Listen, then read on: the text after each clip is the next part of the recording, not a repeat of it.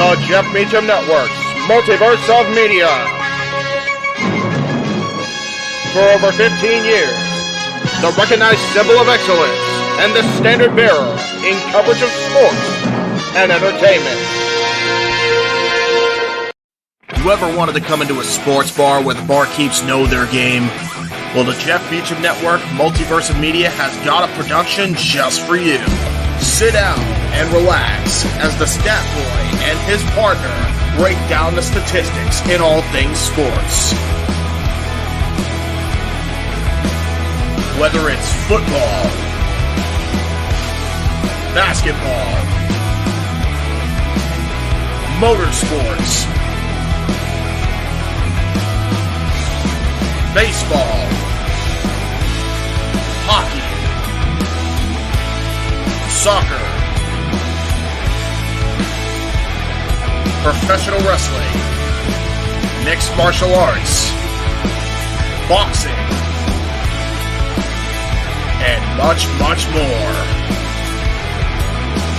All are welcome. Your barkeeps here keep you up to date and in the know of everything going on in sports, while also having a pleasant conversation about it all. Your host and owner of the bar, Stat Boy Mike.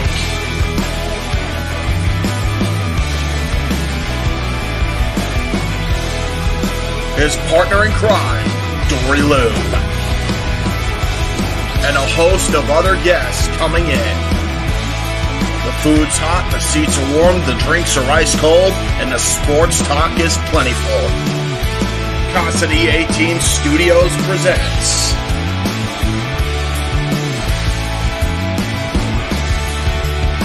Stat Boy Sports Bar. Take a bar stool and enjoy the show.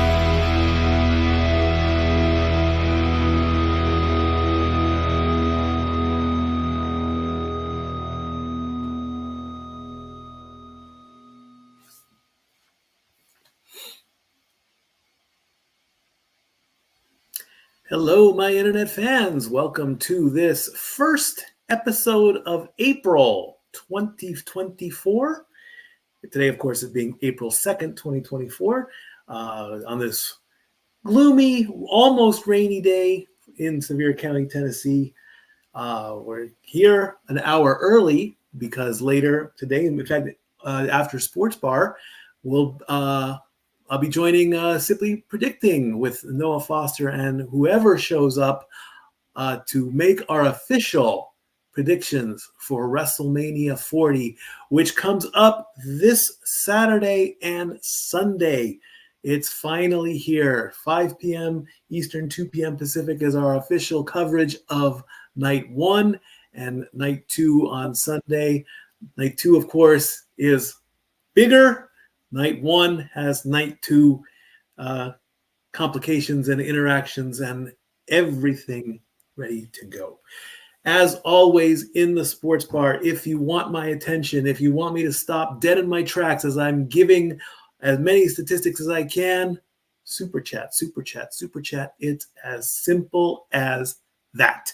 I will immediately stop what I'm doing. I will acknowledge you, which has been happening a lot lately. I'll answer your question to the best of my ability. Big Baller G saying 4 more days. I can't frickin' wait.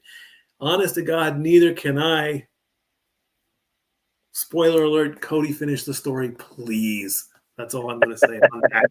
Call it a bit of a teaser, a teaser and the appetizer, as of course the main event comes up in a couple hours. In the meantime, we're in the sports bar.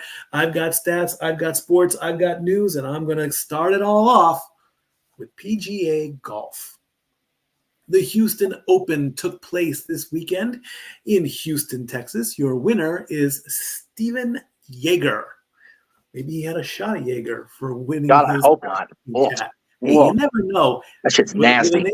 With a name like now, when you mix Jaeger with what do they have it with? Monster? It tasted pretty good, actually. When you mix Jaeger with Monster, you get a monster nasty as opposed to just a regular nasty. You know, that's how that works. He's so good. This story taken from PGA.com and the Associated Press. Steven Jaeger won his first PGA Tour event in his 135th attempt, closing with 9 straight pars for a 3 under 67 and avoiding a playoff when Scottie Scheffler missed a 5-foot birdie putt on the final hole Sunday. Scheffler was trying to become the first player in 7 years to win 3 straight starts on the PGA Tour, which he has won the last 2. He was going for the three-peat. And he was right there with a chance. He 2-putted for birdie from 20 feet on the par 5 16th and missed from 12 feet for birdie on the 17th. His 5-foot birdie putt to force a playoff missed to the left. Scheffler had to settle for a 68 and a runner-up finish. Jaeger, a 34-year-old German who came to high school in Tennessee when he was 16, earned his first trip to the Masters with the victory. He is also in the remaining 4 $20 million signature events this season. As, of course, you are trying to be in the top 72 to earn entry into the FedEx Cup, and our top 10, of course, Scottie Scheffler is still the number 1 player at 2,465 points. Wyndham Clark's at 1,555. Hideki Matsuyama at 1,220. Xander Schauffele at 1,217. Sahith Theegala at 1,103. Matthew Pavon at 987. Bjorn Hun An at 948. Chris Kirk at 916. Ludwig Aberg at 893. And Nick Taylor rounds out the top 10 at 818. The PGA Tour stays in Texas for the Valero Texas Open, and then the following week, one of the big 4 when it comes to golf, and that is the Masters, where you're going for that iconic green jacket. Tiger Woods won his, I think it was 10 or 15 years ago. It was in the late 2000s where he got his last green jacket. So in a way, you can say that the Masters could be the WrestleMania of golf, or maybe the Royal Rumble, because it's the Masters, it's the U.S. Open, and it's the FedEx Cup Championship at the end of the season. Yeah, there's a couple different ways you can. I mean, the Masters is I think a Masters is one of those like separate things. Like if you've not heard of anything else in golf, you've heard of the Masters. Oh yes, kind of like WrestleMania. So. All right, the ladies took over the course in Gilbert, Arizona for the Ford Championship. And your winner, we actually have a potential three-peat coming up in ladies golf. Nelly Korda wins again. This is her second win on the LPGA Tour. This story comes from LPGA.com and is written by Sarah Kellum. You can find her at Sarah Kellum on social media. She is a Kentucky native and played collegiate golf at North Kentucky University. She currently serves as a manager of digital content and works as a freelance content creator. Rolex Women's World Golf Rankings #1, Nelly Korda looked unstoppable on Sunday at the Ford Championship presented by KCC. After picking up her 10th career LPGA Tour last week at the Fur Hills Seri Pak Championship in a playoff, she ran it back this week at the Seville Golf Course, firing a bogey-free 765 to earn her third straight victory on the LPGA Tour, winning by 2 shots over rookie Hira Navid on a dreary day in the desert. With the victory, the 25-year-old Florida native becomes the first player since Arya Jutanagarn in 2016 to win in 3 consecutive starts on the LPGA Tour, and is the first American to do so since Nancy Lopez won 5 straight events in 1978. Of course, the ladies are doing their version of the FedEx Cup. They call it the CME Globe. Nelly Korda has a good 500-point lead at 15:52, with Lydia Ko at 10:39, Ayaka Fiore at 7:27, Patty Tavana-Tonakit at 6:23, Sarah Schmelzel at 5:77, Brooke M. Henderson at 5:72, Hannah Green at 5:44, Bailey Tardy at 500, Mi Hyung Lee at 4:67, and Celine Boutier at 4:50. Now, coming up next week, T-Mobile is sponsoring the T-Mobile Match Play Tournament. It's a combination of standard golf and match play. Standard golf, of course, is everybody plays, you play your own score, lowest score wins. That's going to take place for round 1, 2, and part of round 3. Wednesday and Thursday, the top 65 advance. They play Friday, then only the top 8 advance. On the final weekend, being Saturday morning, those are the quarterfinals. Saturday afternoon is the semifinals. Then finally on Sunday, the last 2 go at it head to head. What is match play? Match play is easy. Win the hole straight out. Doesn't matter how many strokes your total score is, you have to win the hole. So for example, if Jeff and I ever play golf together and he birdies the hole and I don't birdie the hole, he wins the hole. He's 1 up. I would then have to win the next hole to make the match even. If I win the next hole after that, I'm 1 up. You go back and forth until it becomes mathematically impossible for the match to be over. So if Jeff and I are at the 16th hole and I'm up 3 and I win the 16th hole, Jeff can't win the match. I win the tournament. However, he can still win the last 3 holes and force a playoff. The best way to also show how match play can work is if you watch the classic Sean Connery movie Goldfinger. There is a scene in there where Bond challenges Goldfinger to a round of golf for a bar of gold. They play under strict rules of golf, but they also play match play. So that's how that's going to happen. Winner takes, of course, the big prize. And the best thing to remember, folks, it's always better to have less strokes than trying to win a hole. Always. Indeed. As few strokes as possible to own that hole. That's right. Exactly. I mean, absolutely. If you're playing by yourself, and here we go. Yeah. Thank you for that gift. I was going that way, and you just freaking sent it in overdrive. I appreciate you. I thought about it.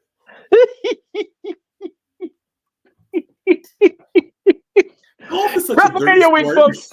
Oh shit. Okay. Anyway. Golf is such a dirty sport because you just. Dude, you forget who raised me. I can make anything an innuendo. Like, come on now. So, speaking of innuendos. Well, I did say if he wasn't on time, I wasn't going to admit him into the area, but I'll be nice today because I'm in a good mood. We'll let him in. What's up, DJ? Morning. Good morning. Hello, my friend. Good morning. It's 6:00 in the afternoon.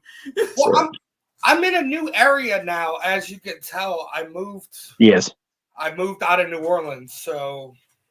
Well, this is shocking news. Where are you at? We're a little bit different. I'm about an hour away. I'm closer to the state capital now. Oh, but you're still in the same time zone, so it's still 6:00 in the afternoon. Well, the internet's. I'm in the middle of nowhere in Sticks, so the internet. Oh, okay. Is not great. Okay. Oh, okay, so you're near my son's mother. Got it. Okay, middle of nowhere. BFE, as we call it, Yeah. Oh yeah. In the deep, deep, dirty South. All right. Well, from hitting one ball into a hole, let's talk to hitting another ball over a net and into someone else's area. How about that? You missed a great conversation there, DJ. Good thing, too. Have fun, boys. Thank you, sir.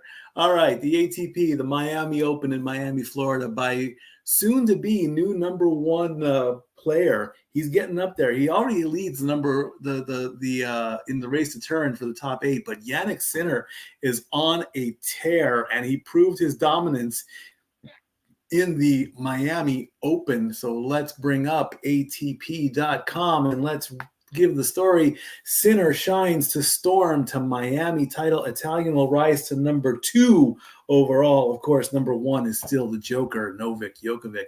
It was third time lucky for Jannik Sinner at the Miami Open presented by Ital on Sunday when the Italian defeated Gregor Dimitrov 6-3, 6-1 to win his first trophy at the hardcourt event and his second ATP Masters 1000 crown overall. The Italian suffered final defeats in South Florida in 2021 and 2023, but has shown he is a different beast in 2024, entering Sunday's final holding a 21-1 record on the year. High in confidence, Sinner ensured history did not repeat itself on Sunday, producing a clean and aggressive performance to clinch his third title of the season after 1 hour and 14 minutes. Of course, again, they are racing to Turin. The top 8 are in. Jannik Sinner's already at 3,900 points on the season, so he's pretty much in cruise control right now. Unless something major happens, I strongly see him finishing in the top 4. Daniil Medvedev's at 2,550, Alexander Zverev at 1,835, Carlos Alcaraz is at 1,700, Alex de Minaur at 1,495, Gregor Dimitrov at 1,465, Andre Rublev at 1,060, and Sebastian Baez is tied at 1,060. Now, remember, these 8 players are going for the Tour Championship. They are not the overall championship or the overall rankings. Number 1 is still the Joker, hands down, Novak Djokovic. Those will come up eventually. Moving on with the ladies, as they also played in Miami as well. We had a new winner here. Danielle Collins is our 2024 Miami Open winner. Let me bring up the story about her. Taken from WTA, of course. Collins takes down Rybakina in Miami to win first WTA 1000 title. In the midst of her final season on tour, unseeded American Danielle Collins captured the highest level title of her career on Saturday, prevailing on home soil by toppling number 4 seed Elena Rybakina 7-5, 6-3 to win the WTA 1000 Miami Open. In an intense 2-hour and 2-minute display of power hitting by both players, 30-year-old Collins toughed out the win to take home her third career WTA singles title, her maiden WTA 1000 title, and her first title at any level since 2021. So congratulations to her. Of course, the remaining top 8 are racing to the WTA finals. Iga Swiatek is still your number 1 ranked player at 3,140.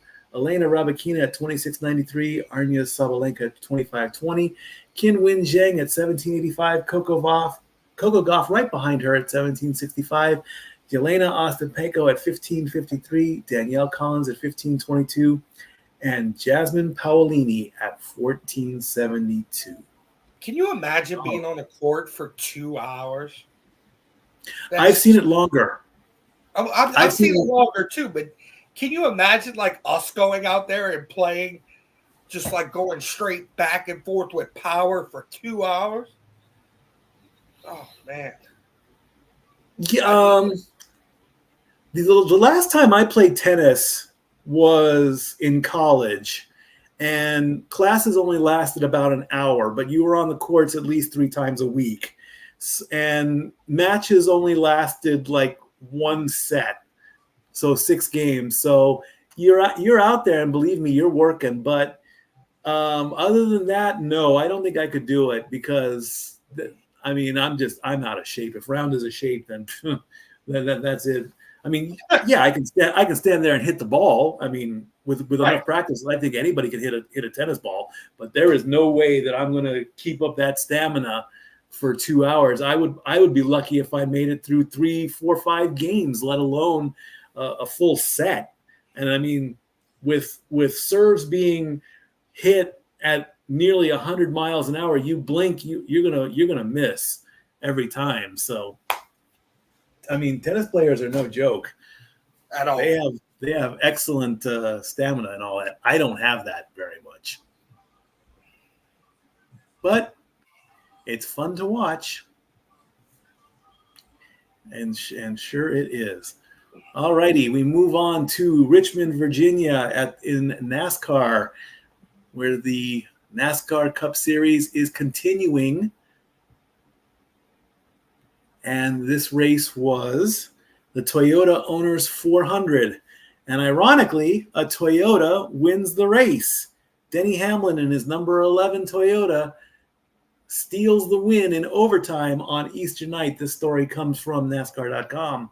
Denny Hamlin's number 11 Joe Gibbs Racing Team gave him a clutch pit stop to emerge with the lead out of the pits, and then was able to hold the advantage on a 2-lap overtime shootout to claim the Toyota Owners 400 victory Sunday at Richmond Raceway, his home track. It was Hamlin's 53rd career NASCAR Cup Series win, second of the season, and 5th victory at the 3/4 mile oval. A 0.269 second margin of victory over Team Penske's Joey Logano, and it came at the expense of his JGR teammate Martin Truex Jr., who finished 4th despite leading a dominant 228 of the race's 407 laps. 228 laps, and you don't win the race. Kyle Larson took 3rd in his number 5 Chevrolet for Hendricks Motorsports. Martin Truex, of course, last year's regular season champion, took 4th. Chase Elliott in his number 9 Chevrolet for Hendrick Motorsports took 5th. Christopher Bell 6th in his number 20 Toyota for Joe Gibbs Racing. 7th went to William Byron in his number 24 for Toyota for Hendricks Motorsports. Brad Keselowski, number 8th place in his number 6 Ford for RFK Racing, along with his teammate Chris Boucher in his number 17. And Tyler Reddick rounds out the top 10 in his Toyota for 23 XI Racing. Martin Truex Jr. is your new leader in the NASCAR Cup standings at 270. Kyle Larson is 14 points behind him. Denny Hamlin is 3rd at minus 18, and Ty Gibbs is at minus 34. Ryan Blaney at minus 41. Christopher Bell at minus 51. William Byron at minus 55. Chase Elliott minus 61. Ross Chastain at minus 63, Tyler Reddick at minus 71, Alex Bowman minus 77, Chris Boucher at minus 85, Kyle Busch, Bubba Wallace, Daniel Suarez, and Brad Keselowski all round out the top 16 as they are each over the centennial mark. They are 100 points behind, but that is okay. Remember, you want to be in the top 16 when it comes time for playoffs. Check out what happened in the Xfinity race. The top 4 cars were all Toyotas, with 3 of them being from Joe Gibbs Racing. This was the Toyota Care 250. So Toyota was dominant in this last race. There was no Craftsman's Truck race this weekend. Chandler Smith led a Joe Gibbs Racing sweep at Richmond Raceway after cruising to a 4.4 second victory over his teammates Eric Almirola and Taylor Gray. It marks back-to-back wins in this race for Smith, answering his first career Xfinity Series last spring, and he led the final 60 laps in his number 81 JGR Toyota on the day for his 3rd career win, 2nd of the season. It was his teammate Almirola who won both stages and led a race best 95 of the 250 laps, but the former full-time NASCAR Cup Series driver ultimately could not catch him, who pulled away in the closing lap. So it's Toyota, Toyota, Toyota, Toyota. Jesse Love came in 5th in his Chevrolet, along with Bubba Pollard and Parker Kligerman for RCR, JR Motorsports, and Big Machine Racing. Austin Hill in his Toyota took 8th for RCR.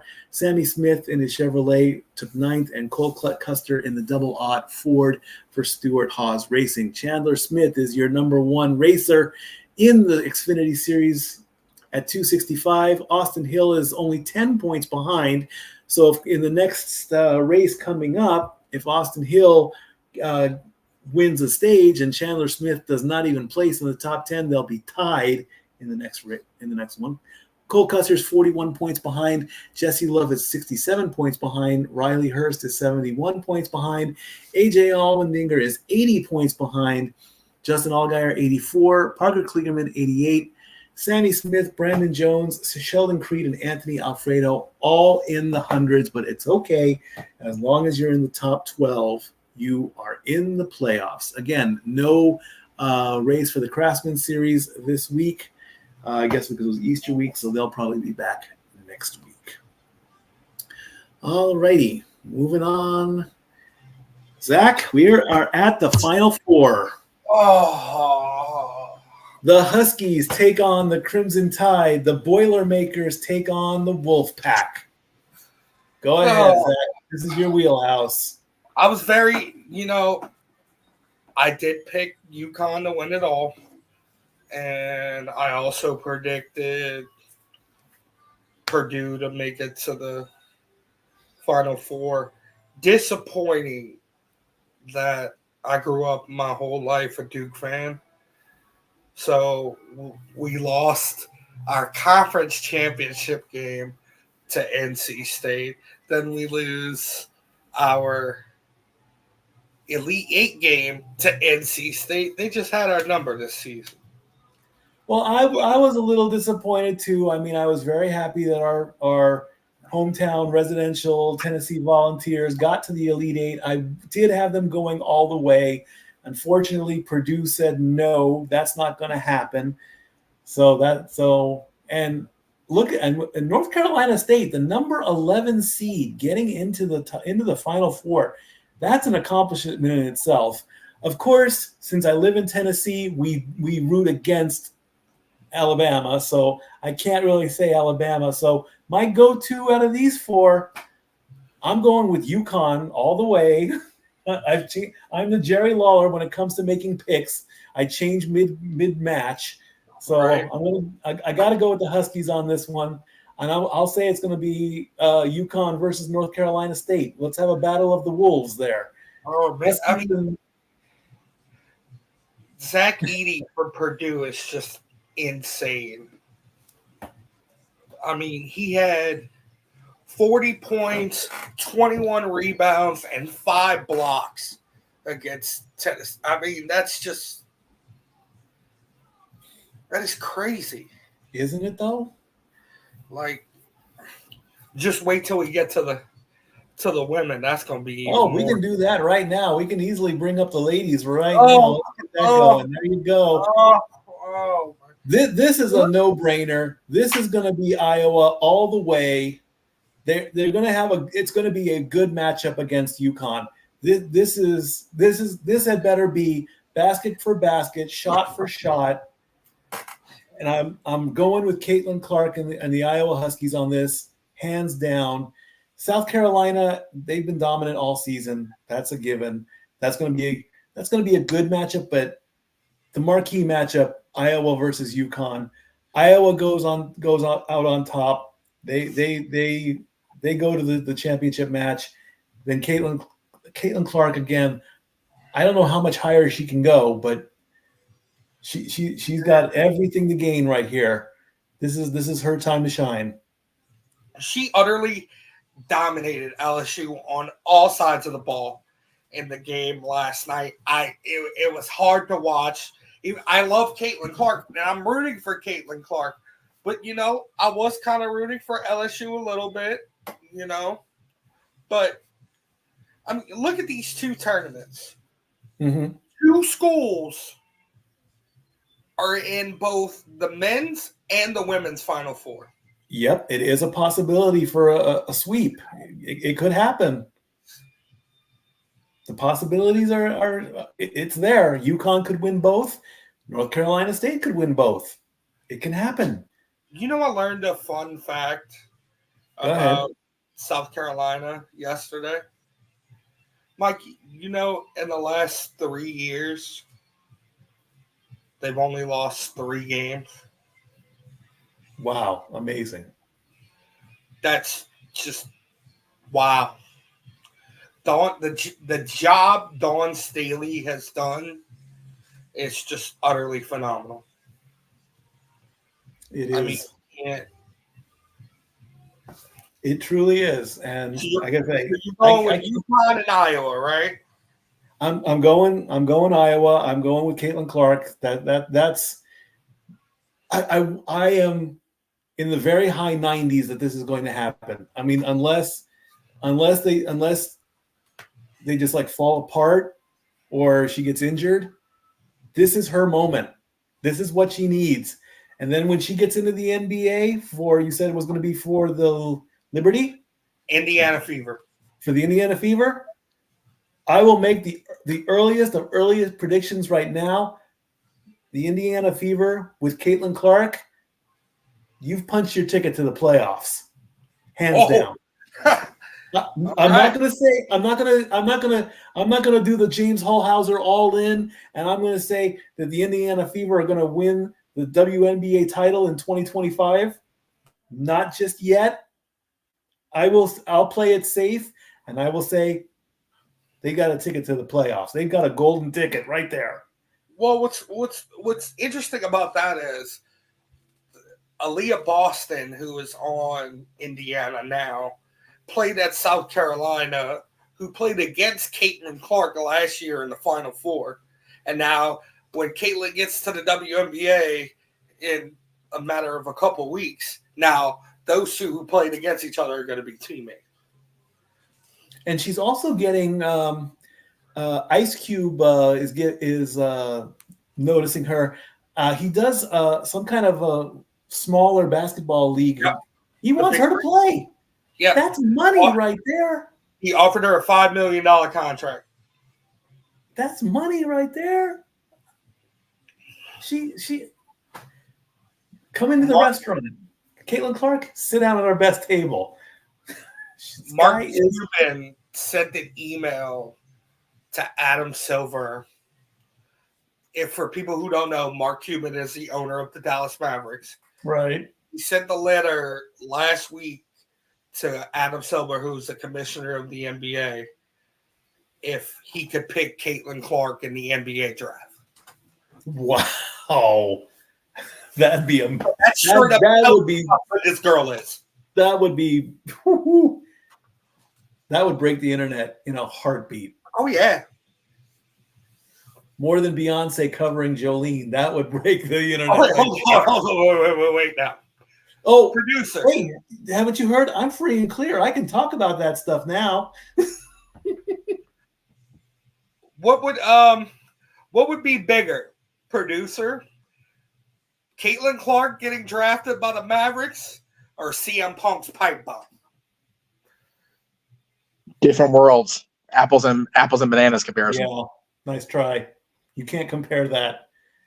Yeah, like Punk's thing only really impacted wrestling. It did get coverage beyond our world, but like a woman being actively drafted into the NBA by an NBA team would be next level. What the beep across the sports world.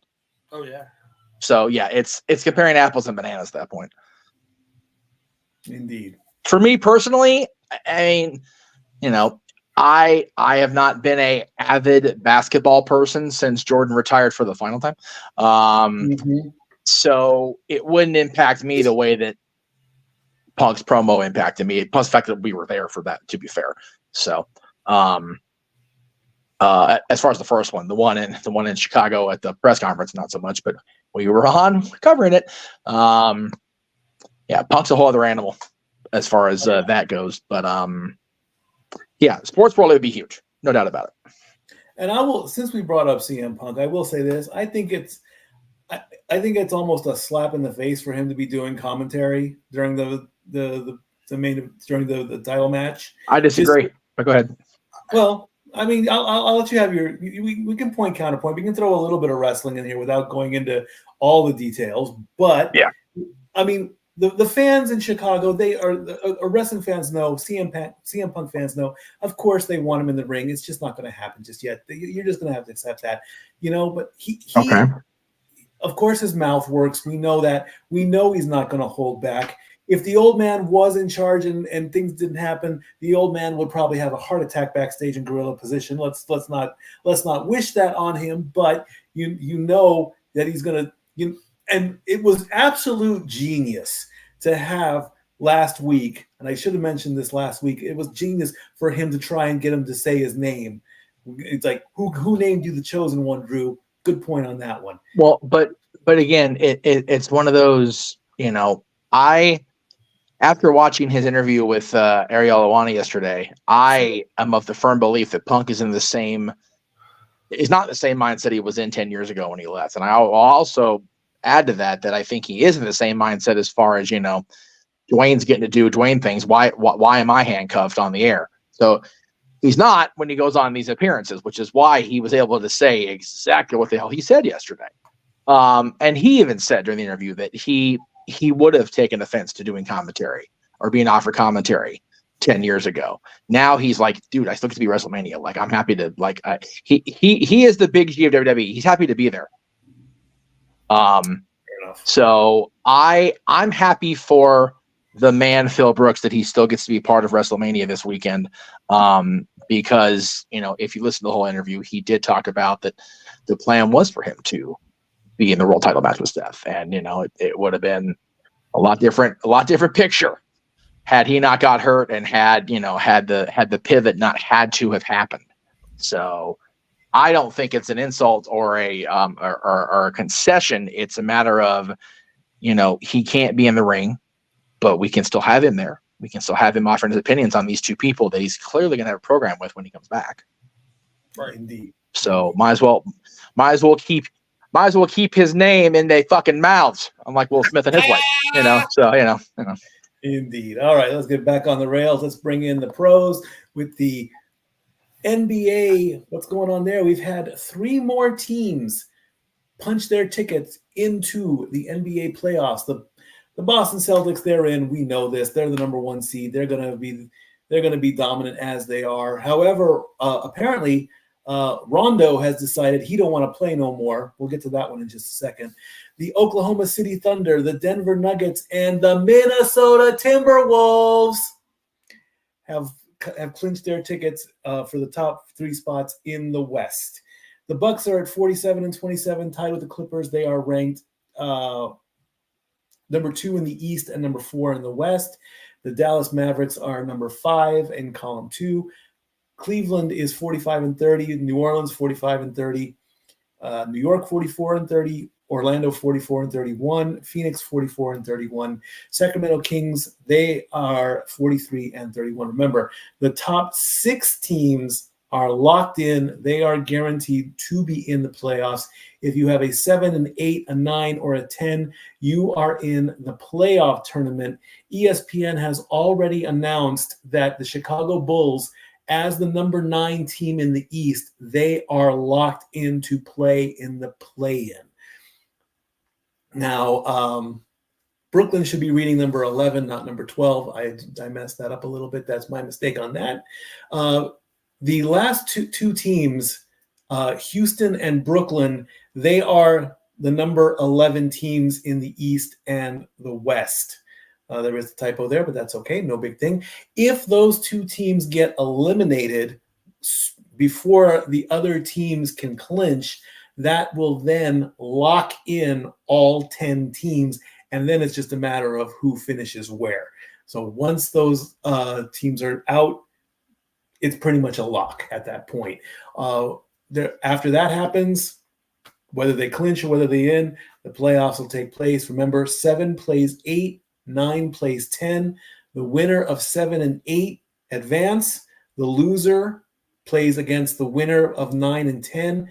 And then you have your 8. Then you have your standard tournament to go into the playoffs.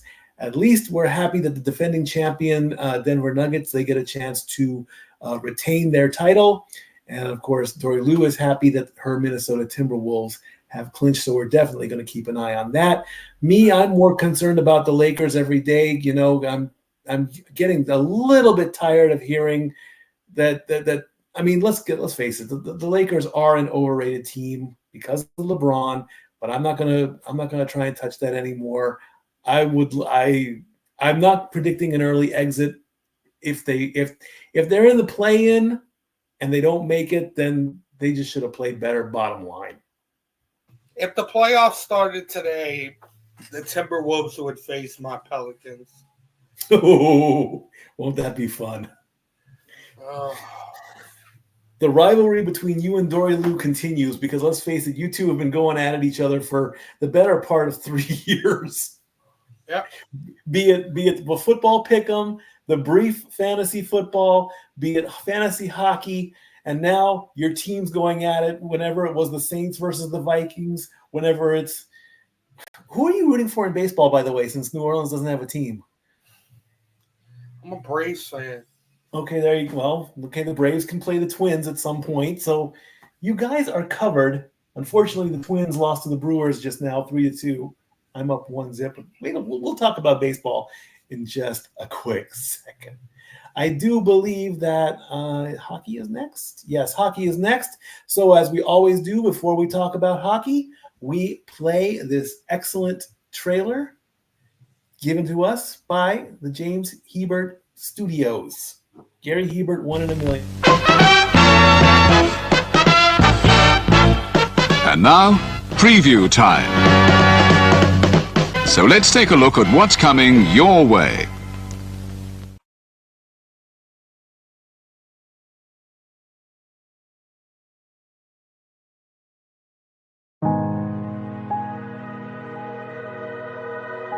Gary Hebert, the man, the myth, the legend. I was amazed, and I was looking to become a better skater myself, and I wanted to be like Gary. When you look at a guy like this, he's one of the most talented people in his profession. He's been given gifts by God. It can get frustrating at times when you're trying things that, that maybe don't come as quickly to you as other things. And, you never really felt that sense of frustration with Gary. It was always about improvement and positive reinforcement. Was it really the end? Was that head injury really the end? God has called Gary to continue to be a blessing to others and to be a passionate example. My name is Gary Hebert, and this is the World Academy of Hockey, otherwise known as the Inside Edge. I would recommend anybody that have a chance to come to his hockey school. I think it'd be well worth it. It'd be rewarding to all the kids and anyone he coaches, from whether it's an adult, a professional player, to a little kid like a Mike or a Squirt. Gary, from day one, has been instrumental to my hockey career. I started out as a potential Division III player, and Gary brought me single-handedly through high school and into a top Division I prospect. I owe it all to Gary, the biggest legend on and off ice there's ever been. Listen, watch, learn, be confident, and have faith. Those are the answers I was brought to. Yet, I only now am really learning how truly important those 5 things are. Through preparation, through appropriate thoughtfulness and thinking, we can learn to untie the typical knots between our ears that drive us into underachievement and underperformance. And lo and behold, we can learn, I think, to fulfill our God-given potential. Gary has the innate ability to make people not only better players, but better people. The life lessons they learn from Gary are incredible. You can always remember leaving that rink knowing as a player I got better or I had something to improve on to get better. And I think that's what you excelled on as a coach, is giving us the knowledge to know what we needed to do to get better. There's coaches who know the game, but can you communicate and create passion in your kids and in your players? And Gary's able to do that. Gary's got great knowledge and the great hands, but more importantly, his ability to connect with people and care for them. His communication skills, to me, really stand out and separate him, and that's why he's one of the best, in the world. Gary's a legend.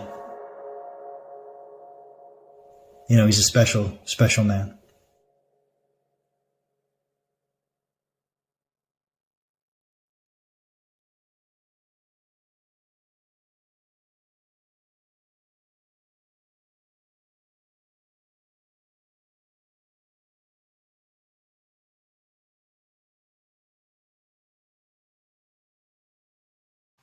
Indeed, he is a special, special man. And again, as always, we thank James and Gary Hebert for the production and the use of that great trailer every time before we talk about hockey. So why do I still have the baseball graphic up? I have no idea. So we'll just get rid of that and we'll go to that.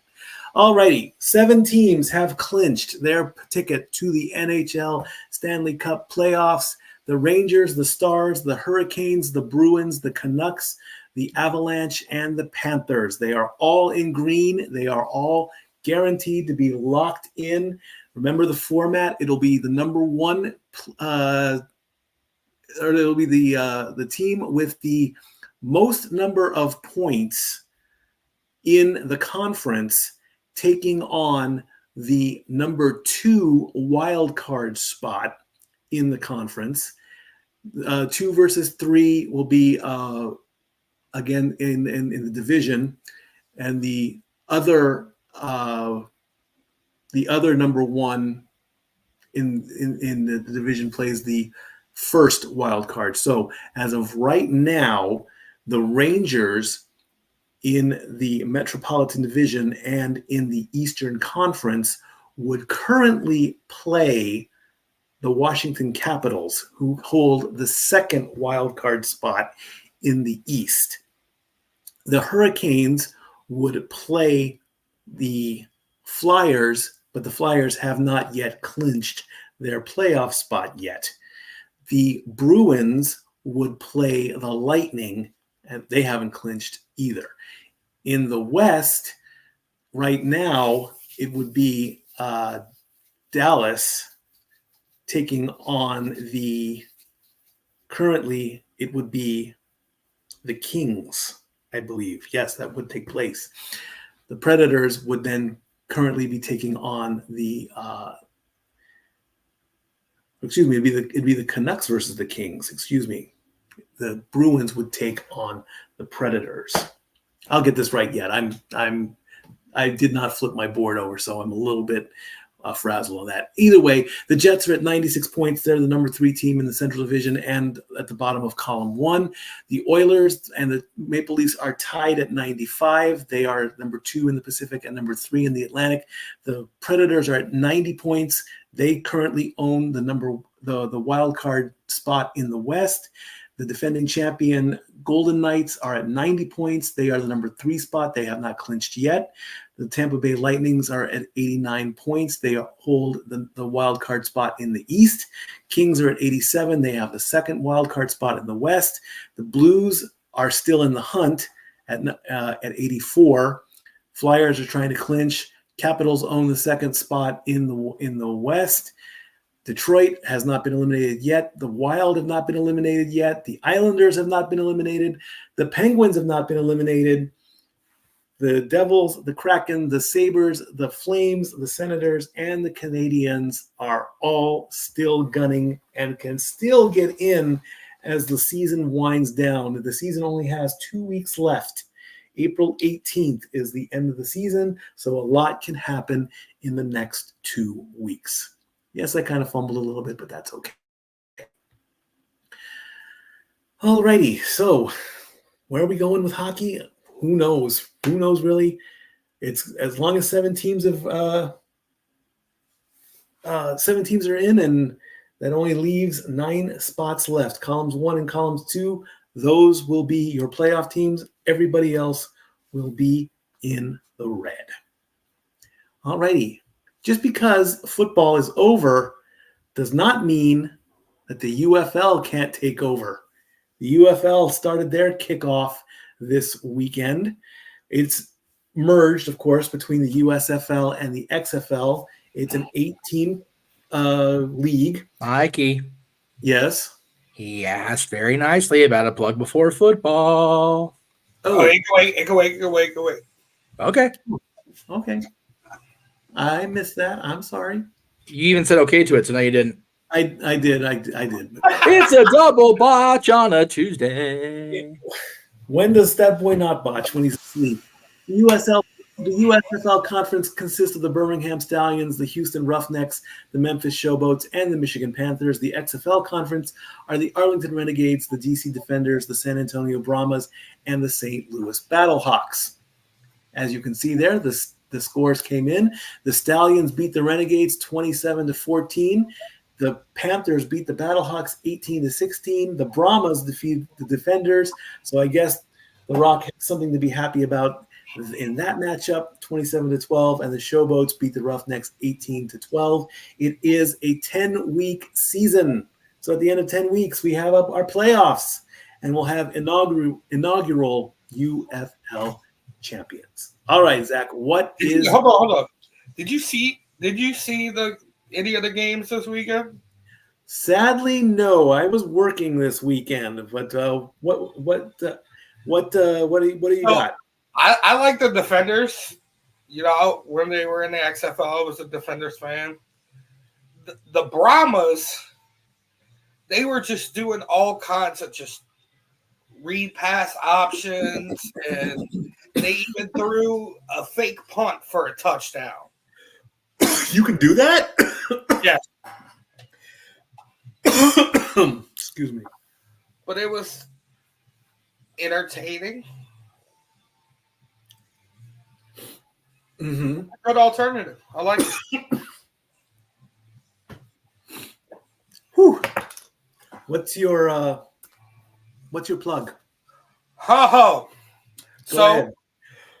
what I play competitive Madden, and as some of you know on Pat McAfee's show, Pat McAfee showed the world that Madden gave him a card as an April Fool's joke that they do every year. But Pat McAfee has a card, and I reached out, got Pat to agree to play me in a game of Madden using his card for his YouTube following. So later on, so this is legit. Huh? This is legit. You're actually going to play Madden against the Pat McAfee. Yeah. And where's this going to stream? So we're going to record it tonight, and he said it should be out sometime Thursday afternoon after editing and all that other good shit. Are you going to be able to talk to him or anything? Yes. We're going to be talking crap back and forth to each other. Oh, shit. Yeah. Okay. So I've been playing Madden competitively for about 4 years now. So I get a chance every so often to play like major stars. The biggest game I played was against Jeff's boy. I got to play 2 years ago against Micah Parsons, and that was just not fun. Jeff is and he's my boy because he's your star linebacker for your. For Cowboy. Okay, I'm like I like Pat McAfee I got, but yeah, I didn't even think about the Cowboys. All right, I'm in WrestleMania mode, brother. I got nothing. Oh, I've got something to say about Pat McAfee. Well, it's one of those if it's being recorded and being streamed, dude, we can definitely throw up some like highlight clips during Mania weekend if you want, Zach. Like I'm fucking whatever, you know.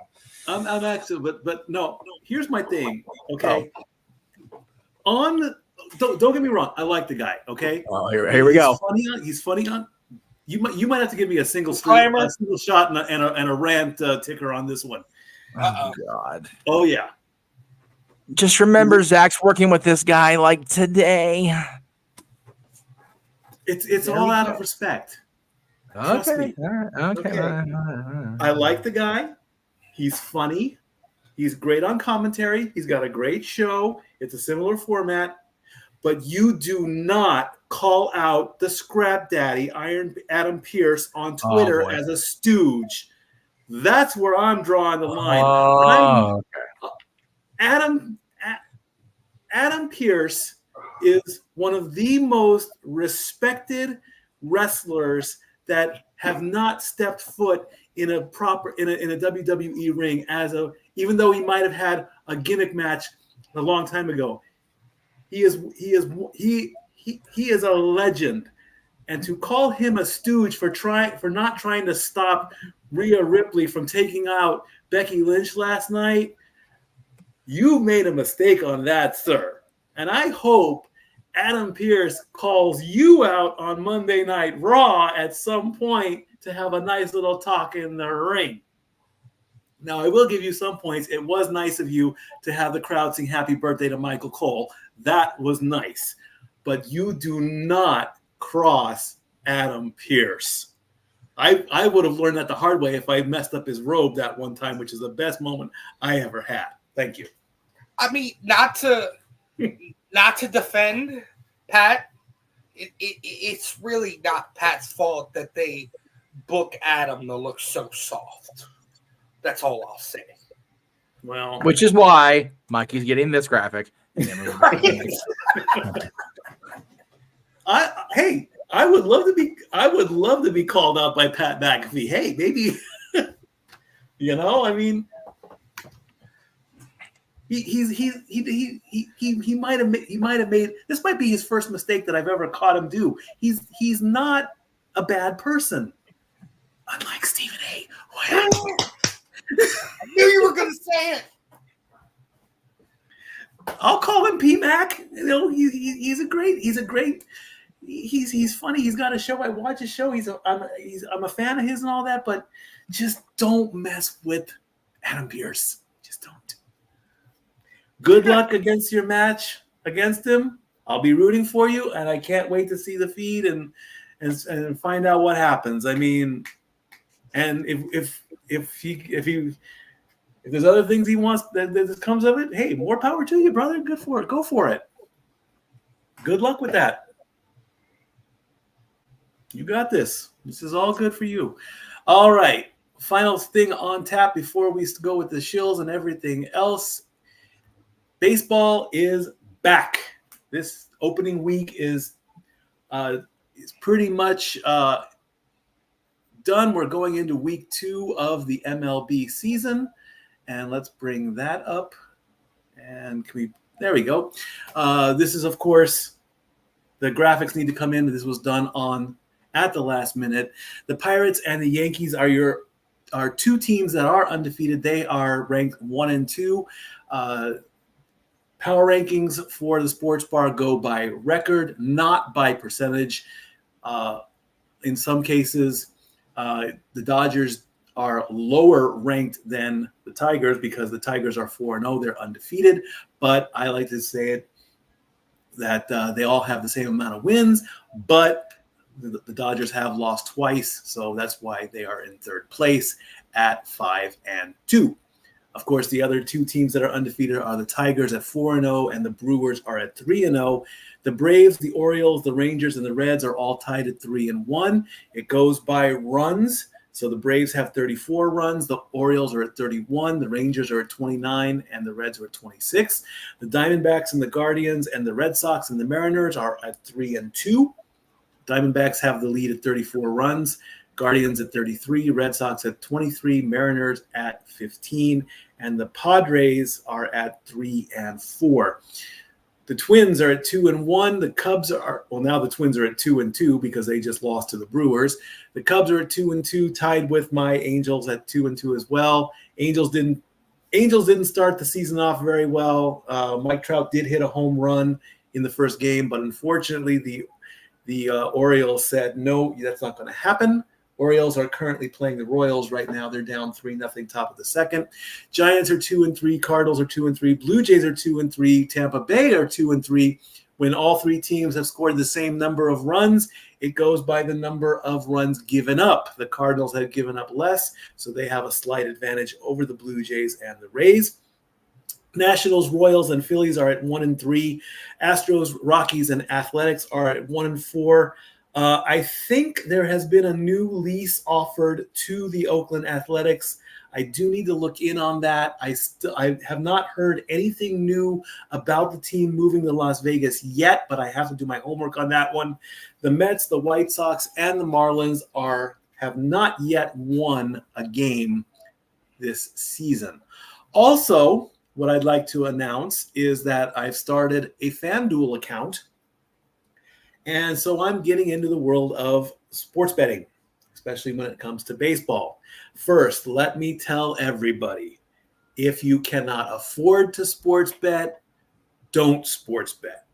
Only bet what you can afford. Trust me, I have done this many times where I have lost paychecks, I have lost tips, I have spent money that I just did not have. My Renegade and producer Meacham can attest to this, and Pop can attest to this. It was bad. I was losing money left and right. So if you do have a problem, of course, the well-known Gamblers Anonymous hotline is 1-800-GAMBLER. Call that number if on anybody. I am being dead serious about that. Don't do it. Basically, what I did, I took 10 simple little dollars. I put them in the FanDuel account, and on the very first day, I picked 10 baseball games, and I bet $1 per game. If the game wins, I collect the profit. If it loses, I lose $1. Luckily, on the first day, out of my 10 possible picks, I got 6 right. I made a small profit.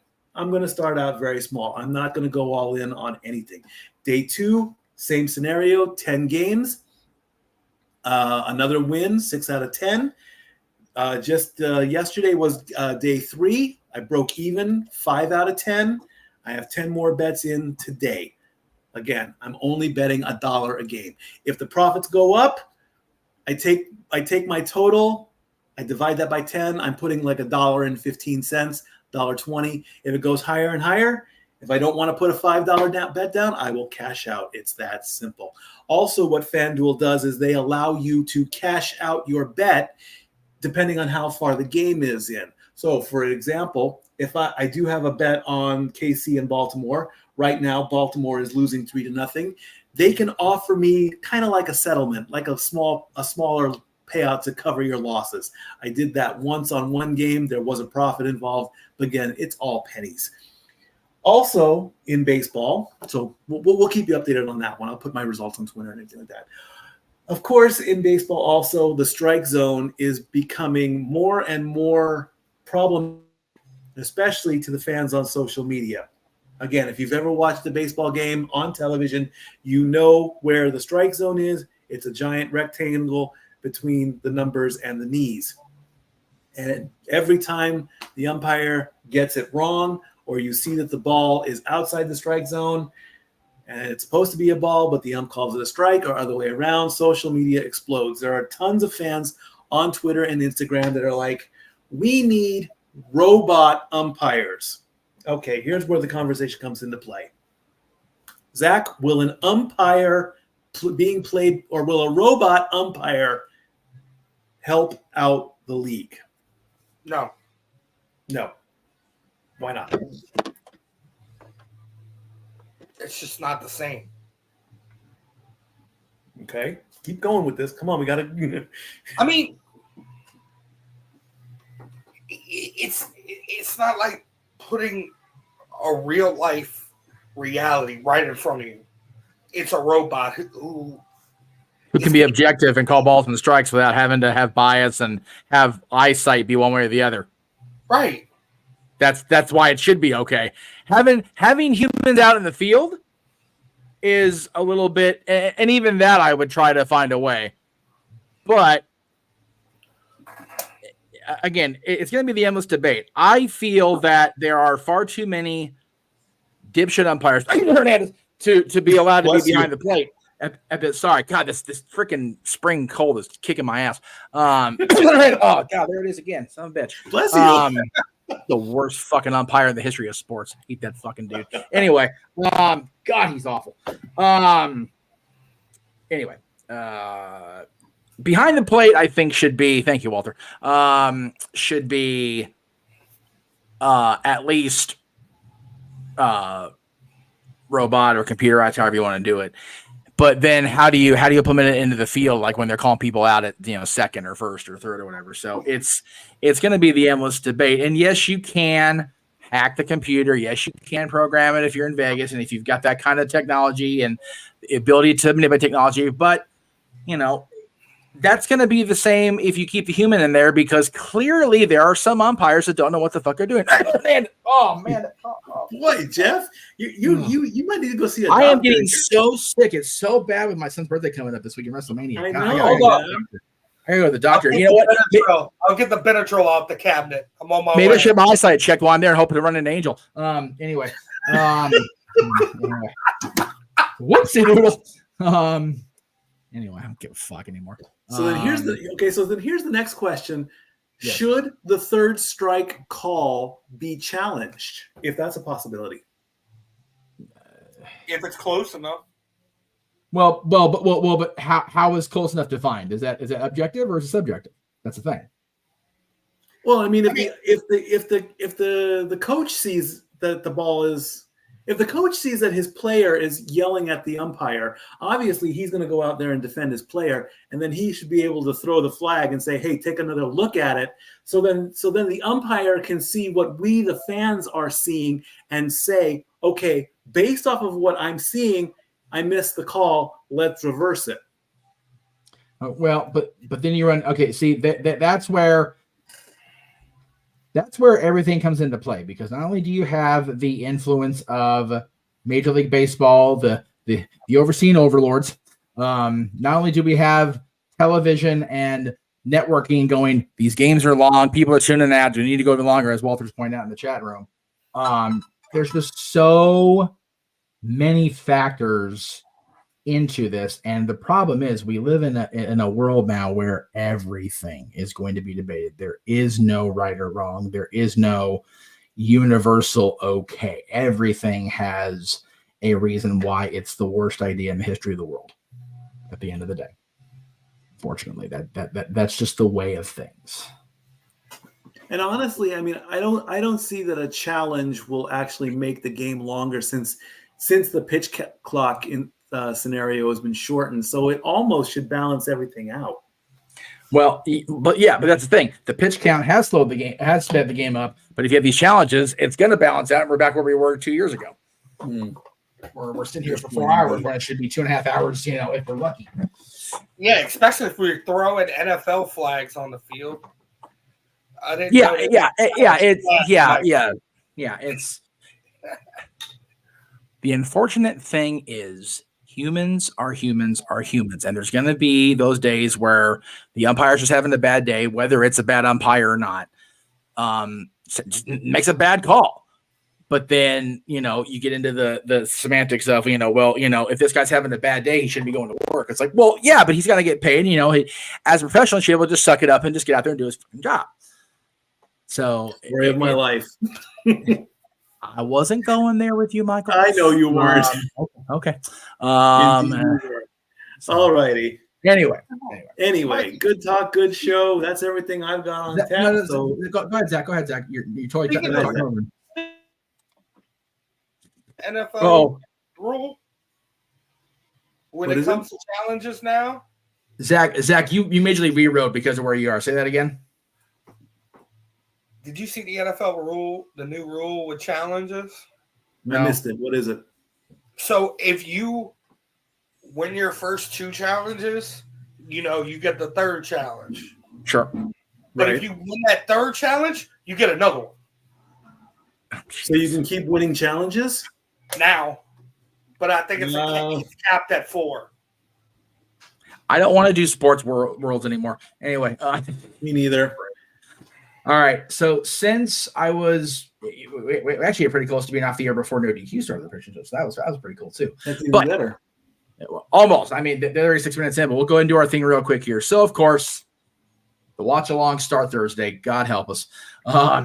Thursday, 2 Friday, 2 Saturday, 2 Sunday, Raw after Mania on Monday. That damn banner out of the way.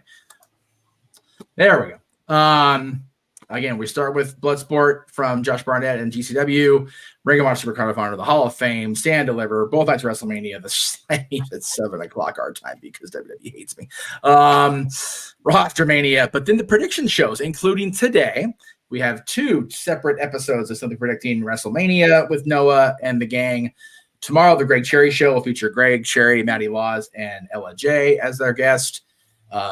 Simply Predicting and Stand and Deliver will be following the Greg Cherry Show. Thursday will be my predictions for everything coming up at 10 p.m. Eastern, 7 p.m. Pacific. And then Friday at noon Pacific, 3 p.m. Eastern, Simply Predicting for Ring of Honor Super Honor starts off our Friday of 4 back-to-back streams. We've got Simply Predicting that day for Ring of Honor. We've got the Dad's Top 10 WrestleMania female-centric championship matches, and we have our watch-alongs of Ring of Honor and the Hall of Fame. So if you come to us Friday after noon Pacific, 3 Eastern, you're going to catch something.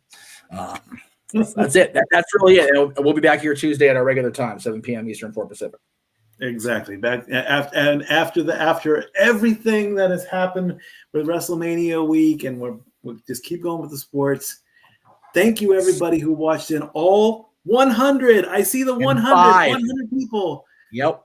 We broke the centennial mark. I cannot be happier with that. Until next week, enjoy WrestleMania. Yes, Jack, you ready for WrestleMania? Because I know I am. Oh, yeah. He's ready. Great. Remember, Simply Predicting coming up in less than an hour. And then please watch this weekend and support and super chat and comment and follow us and everything. You guys know what to do. Have a great week. Be safe. I love you all. Stat Boy out. The Jeff Meacham Network's Multiverse of Media. For over 15 years, the recognized symbol of excellence and the standard bearer in coverage of sports and entertainment.